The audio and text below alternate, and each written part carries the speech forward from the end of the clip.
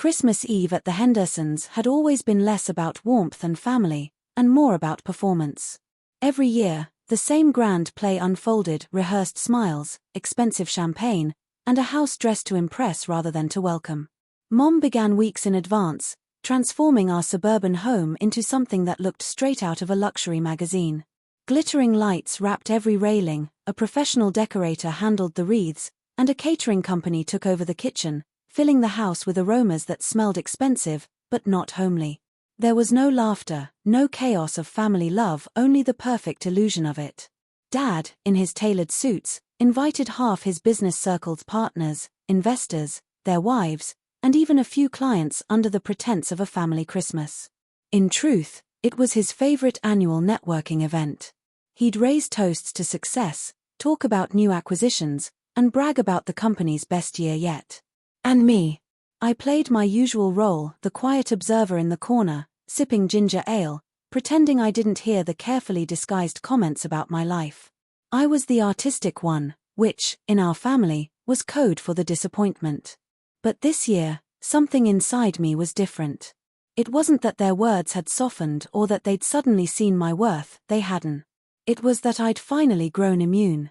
At 26, after 3 years of silence, patience, and strategy, I was ready to stop letting their opinions define me.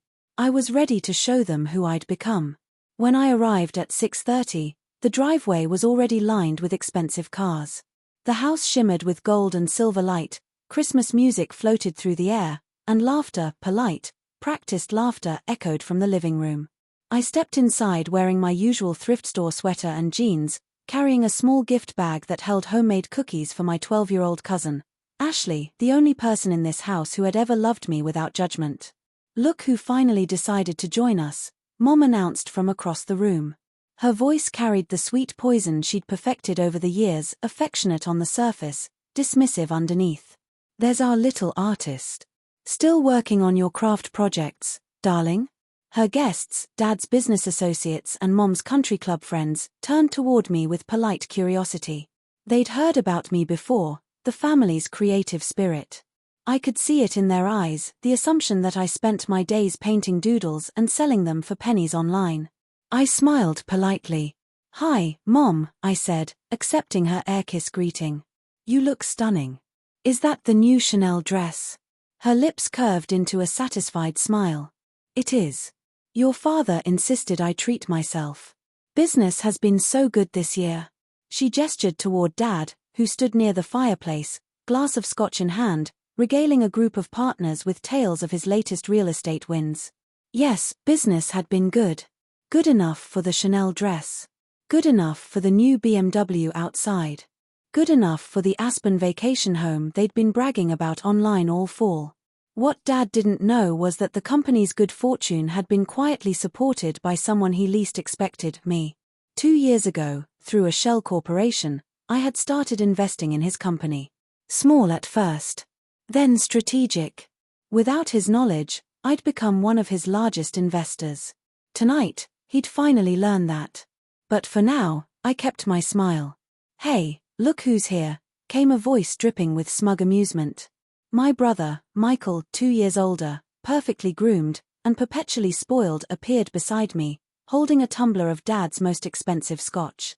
The prodigal daughter returns. Still shopping at Goodwill, huh? Still living off Mom and Dad, I see, I replied sweetly. His smirk faltered, just for a second. Before he could reply, Ashley came running across the room, her face lighting up like a burst of pure Christmas joy. "Katie, I didn't know you were coming. Did you bring your art stuff? I told my friends about those paintings you showed me last summer, they want to see pictures." I couldn't help smiling. "I brought you something better." I handed her the small bag. "Open it." Ashley untied the ribbon and pulled out a tin of sugar cookies, each one hand-painted with intricate detail. Tiny masterpieces, edible art. Her eyes widened in awe. "They're beautiful," she gasped. "They look like little paintings." Her wonder warmed my heart. It was the first genuine emotion I'd seen all night. But before I could answer, Mom approached, her expression as composed as ever.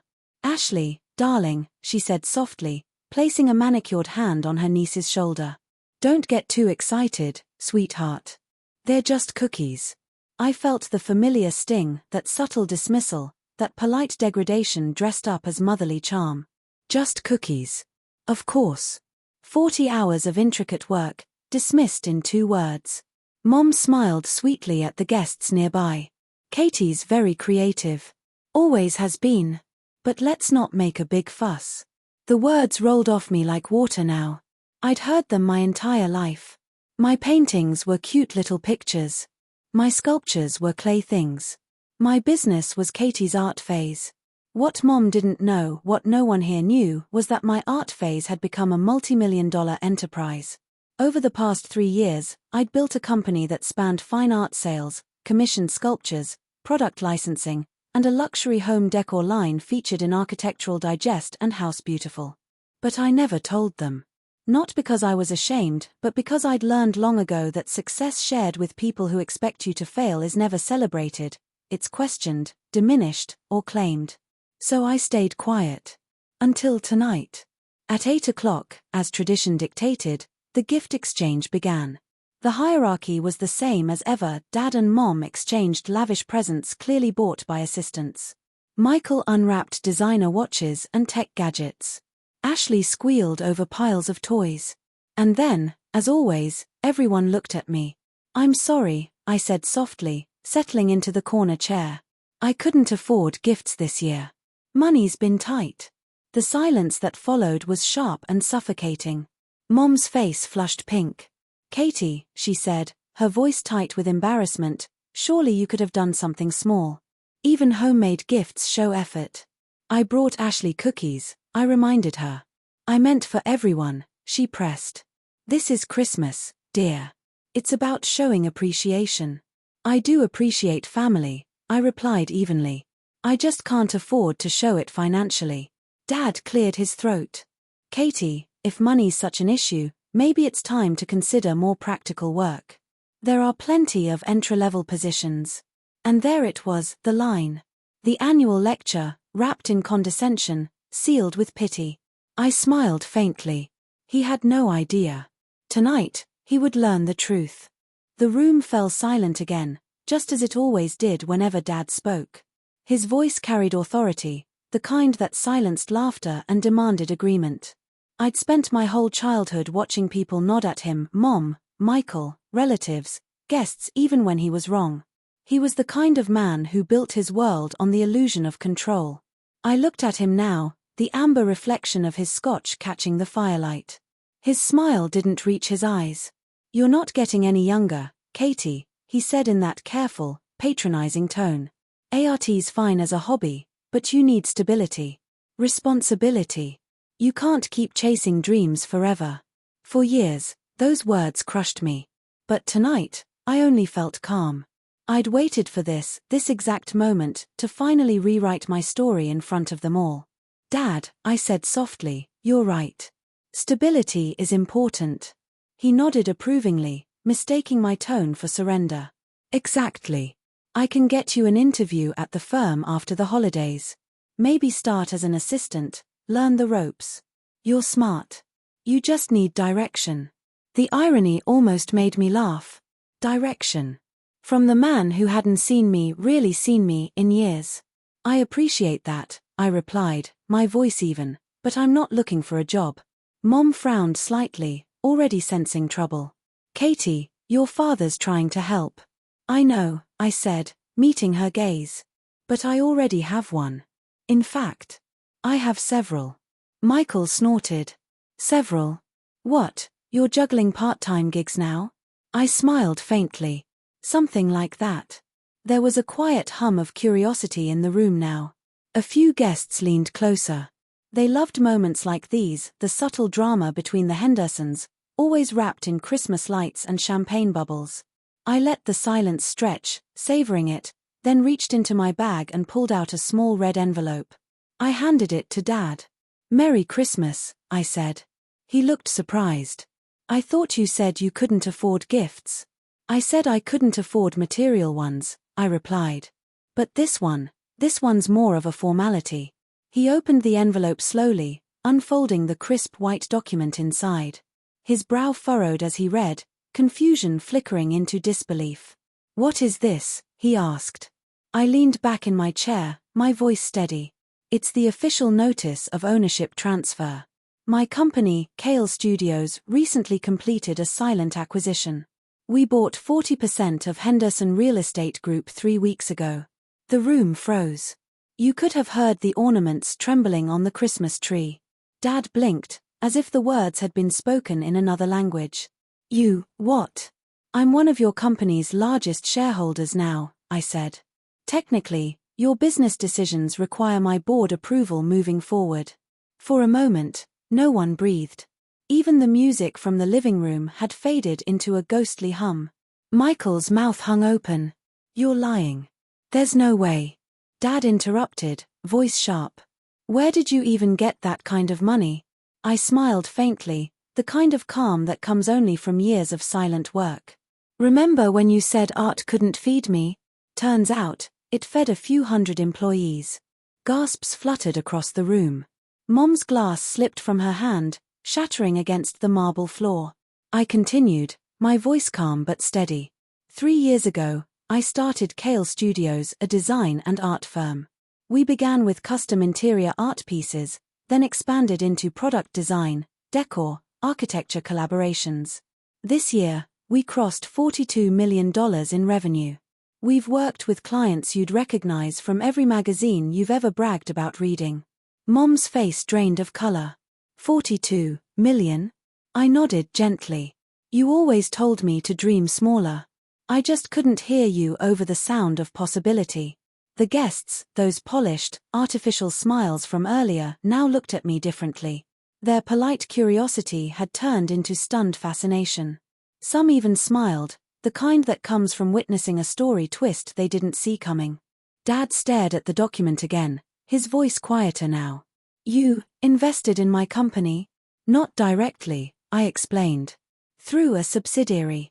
I wanted to see what kind of man I'd be dealing with before revealing myself. Turns out, he's the same one who taught me that power only respects power." He looked up, meeting my eyes. "You planned this." "Not to hurt you," I said softly, "but to prove that I didn't need saving." The silence that followed was heavy. Then came Mom's voice, sharp, wounded. "So this was all a show? You came here to humiliate us?" I turned to her, calm and clear. "No, Mom. I came to celebrate Christmas. I brought my family a gift, the truth." She scoffed, shaking her head. "You've changed." "I had to," I said quietly.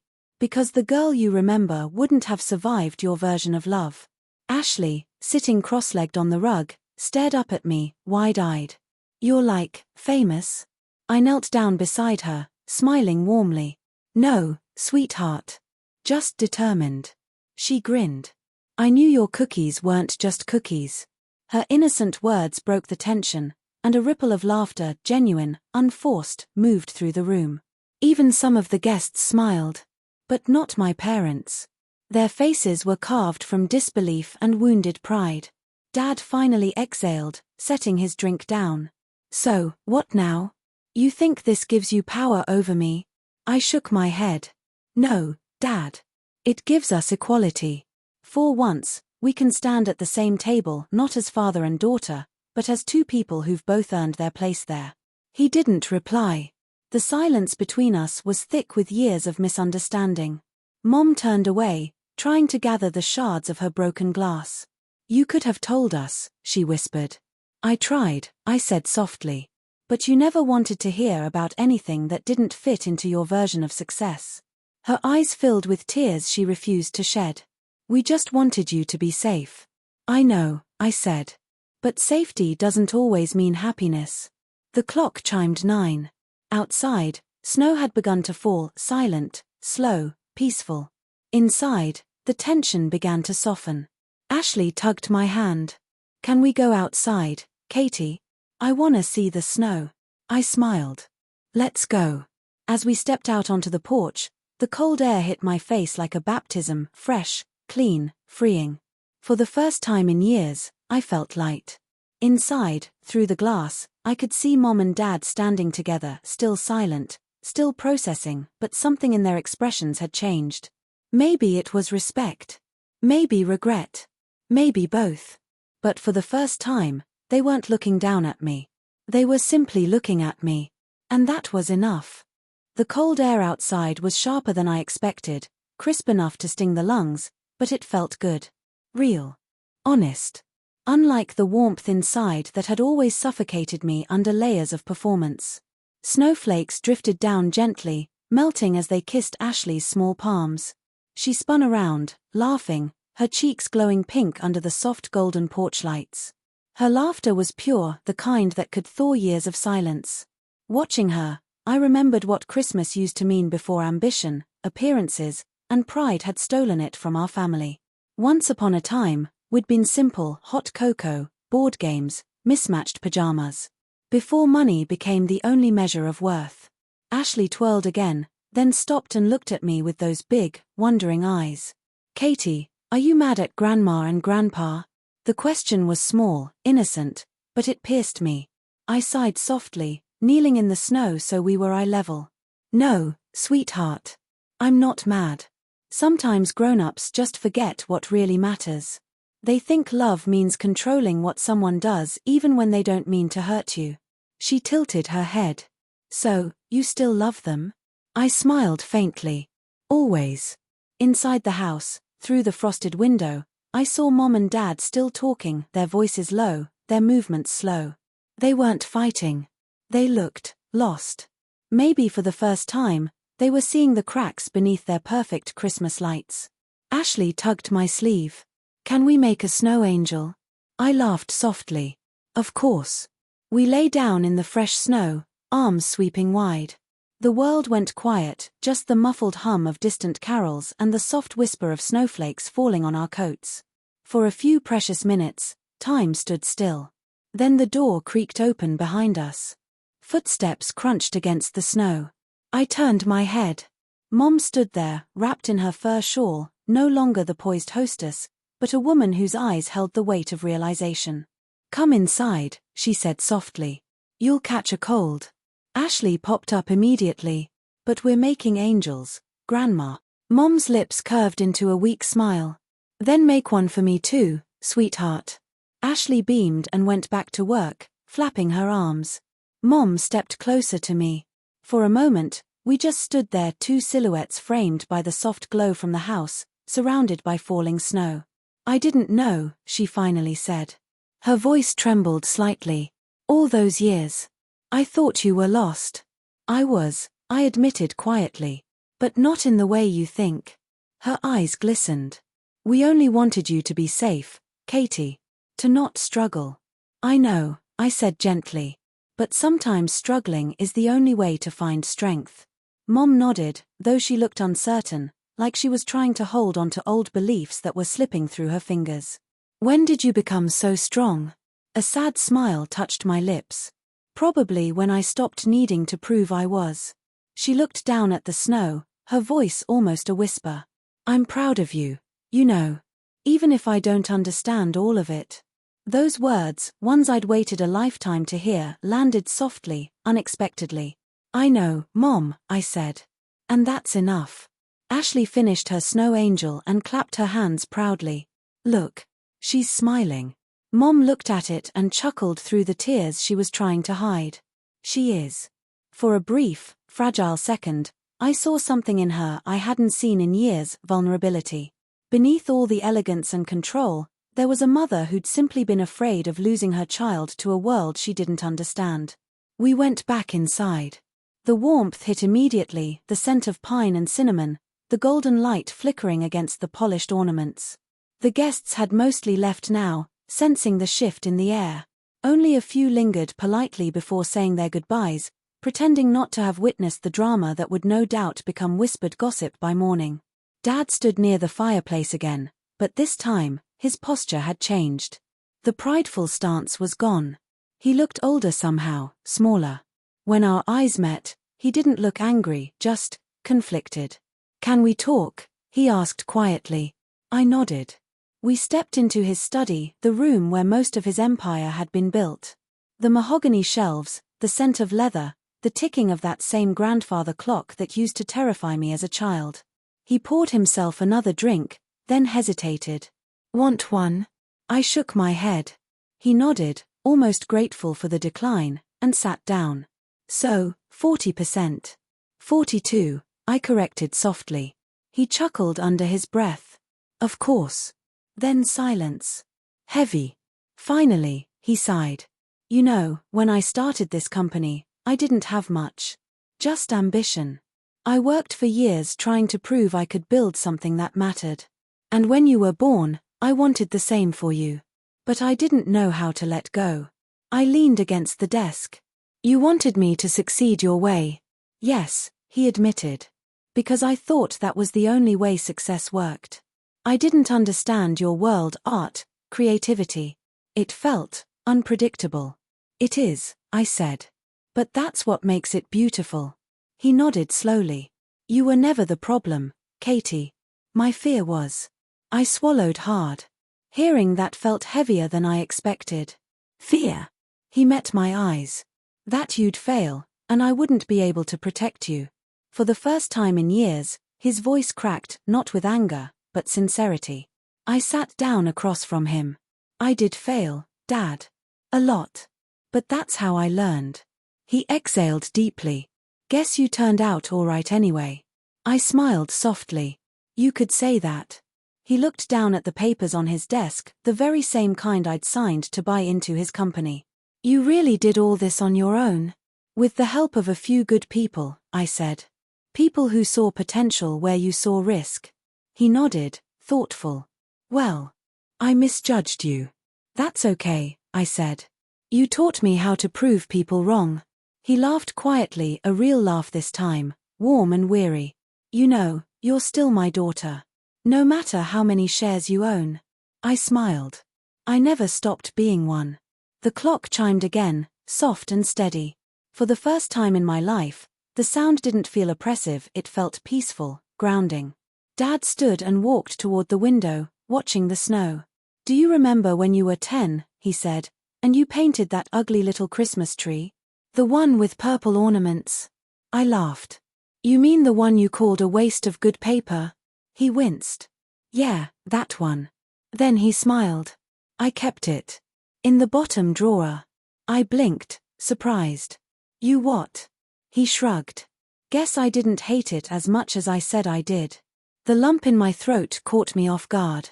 All the years of resentment, misunderstanding, and distance, suddenly, they didn't matter as much as they once did. Sometimes, closure isn't a grand moment. It's a quiet one. A small confession. A shared laugh. Outside, snow kept falling, blanketing the world in white, as if erasing every scar the night had left behind.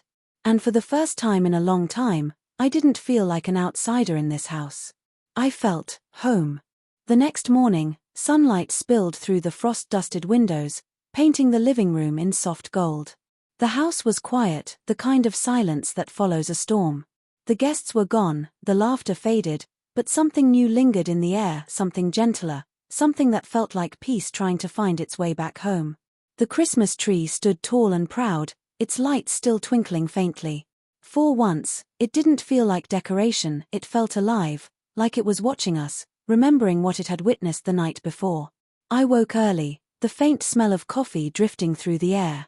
When I stepped into the kitchen, I found Dad sitting at the table, no suit, no phone in hand, just him in a sweater I'd never seen before. Simple. Ordinary. Human. He looked up and smiled faintly. "Morning." "Morning," I said, pulling out a chair across from him. He poured me a cup of coffee without asking. It was such a small gesture, but it landed with the weight of years of unspoken love. "I wasn't sure how you take it anymore," he said quietly. "Black," I said. "Always have." He nodded, a small smile tugging at his lips. "Some things don't change." For a moment, we just sat there, two people relearning how to share space without tension. The hum of the refrigerator filled the silence. Finally, he spoke. "I looked up your company last night." I arched a brow. "Oh." He chuckled softly. "Kale Studios. I didn't realize how big it was. Those installations in Milan and Tokyo," He shook his head, a trace of awe in his voice. You really built something extraordinary, Katie. His words carried no sarcasm, no hidden criticism, only respect. For once, it didn't sound like he was comparing me to anyone else. Thank you, I said quietly. He leaned back, sighing. You know, I used to think power came from control, from keeping everything and everyone in line. But last night, watching you stand there, I realized real power is freedom. The freedom to create something that matters. I smiled. You figured that out before most people do. He looked at me thoughtfully. Maybe you taught me. The sound of light footsteps interrupted us. Mom appeared, her hair still perfectly styled but softer somehow, her eyes tired but calm. She wasn't wearing her pearls or heels, just a simple robe and slippers. That alone felt like a miracle. I thought I heard voices, she said, setting down a tray of cinnamon rolls. Figured we could actually have breakfast as a family for once. Dad smiled faintly. No assistants, no clients. She shot him a look. Not today. Her gaze shifted to me. I made these myself. No caterer. I laughed. Now that's impressive. Mom smiled softly, genuine this time. I figured I owed you something handmade, since you always gave us your art.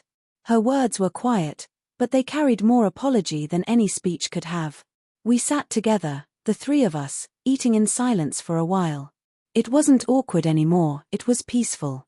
Like the house itself was exhaling after holding its breath for too many years. At one point, Mom reached across the table and took my hand. I looked at your website last night, she said. Those pieces, they're breathtaking. I didn't realize how much of you was in your work. I smiled softly.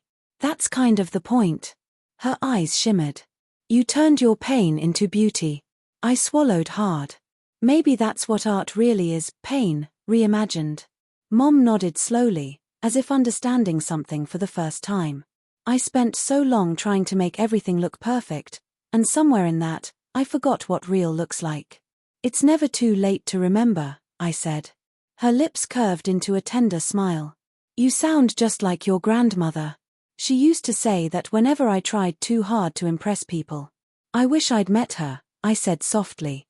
Mom's expression softened further. She would have loved you.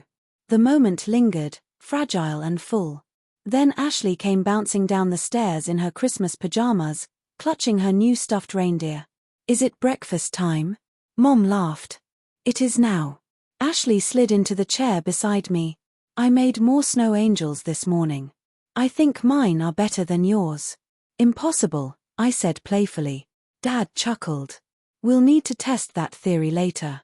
It was such a simple exchange, laughter, teasing, warmth, yet it felt extraordinary.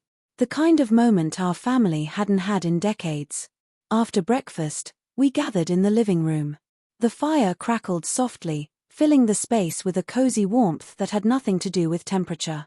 Mom handed out hot chocolate, Dad put on a playlist of old Christmas songs, not the polished kind you'd hear in a mall, but the nostalgic ones, slightly crackling from the old speaker. I glanced around, memorizing the sight, my parents sitting close, smiling, the air light with laughter instead of tension. It was surreal. At one point, Dad turned to me. So, what happens now? Between us? Between our companies? I met his gaze. Whatever you want, Dad. I didn't buy shares to take control. I did it because I believed in what you built even when you didn't believe in me. He nodded slowly. Then maybe we build something new. Together. A warmth spread through me that had nothing to do with the fire. I'd like that. Mom smiled. I think this Christmas just became our first real one. Ashley piped up. Can we make it a rule? No pretending, no fancy guests, just family and cookies. We all laughed, but her words carried truth. For once, the idea of simplicity didn't sound like a downgrade, it sounded like peace. As the day went on, we shared stories we'd never told. Dad spoke of his childhood, how he'd grown up poor, terrified of losing everything he worked for. Mom admitted she'd been chasing perfection out of fear of judgment. And I shared my failures, the rejections, the lonely nights, the self-doubt that nearly broke me before I found success. And somehow, all those confessions stitched us together again, not as the flawless family we once pretended to be, but as the real one we were always meant to become. By evening, the snow outside had thickened. The world glowed white and quiet. We sat by the fire, wrapped in blankets, hot chocolate in hand, watching the flames dance. Mom leaned her head on Dad's shoulder. Ashley dozed off beside me. For the first time in a long time, I felt a sense of belonging, not because I'd earned it or proven myself, but because I'd finally stopped needing to. Christmas wasn't about perfection anymore. It was about forgiveness, rediscovery, and love reborn in silence. And as I watched the snow fall beyond the window, I realized something simple yet profound. Maybe home isn't a place you find.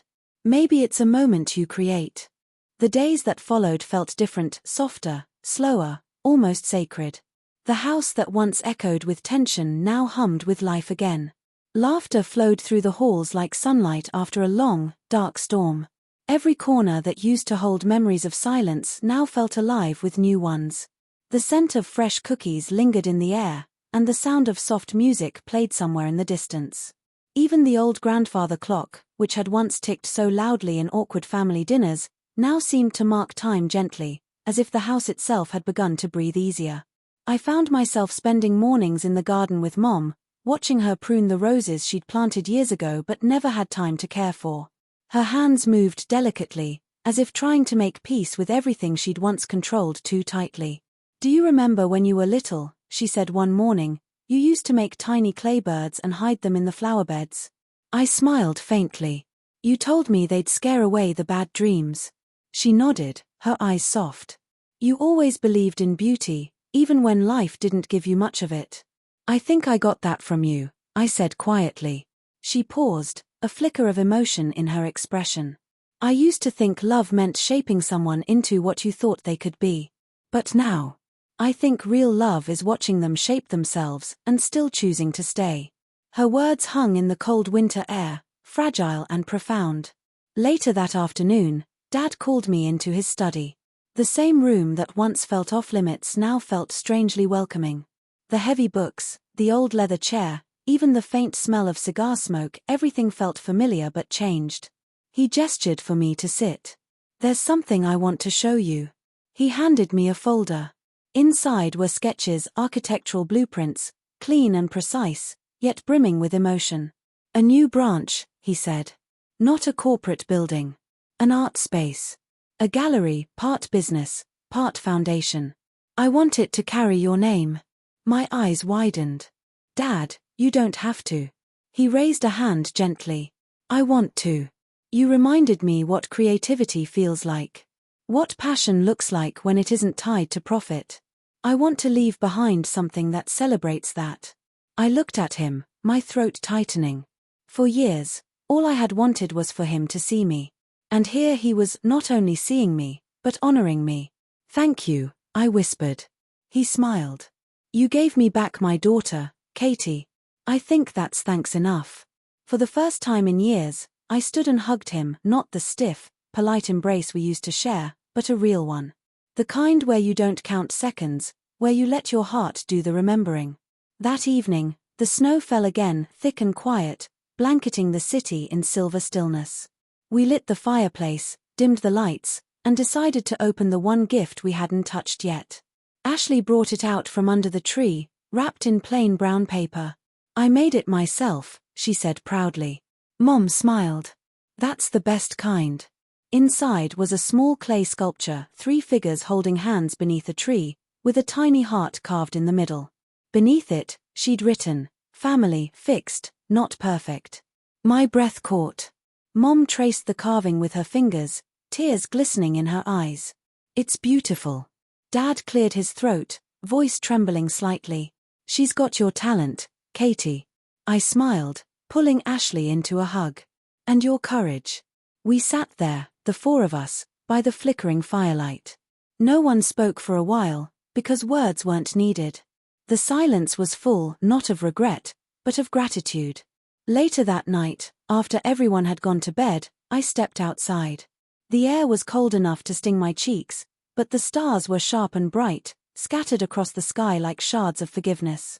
I thought about the girl I used to be, the one who left this house years ago with anger burning in her chest and pride in her suitcase.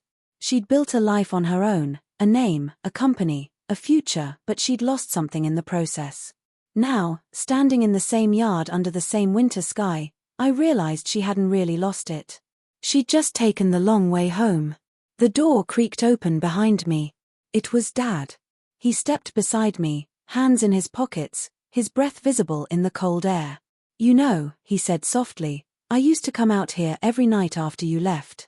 I'd stare at the sky and wonder what I did wrong." I turned to him. "You didn't do everything wrong, Dad. You just forgot how to love without expecting something back." He smiled faintly. "And you?"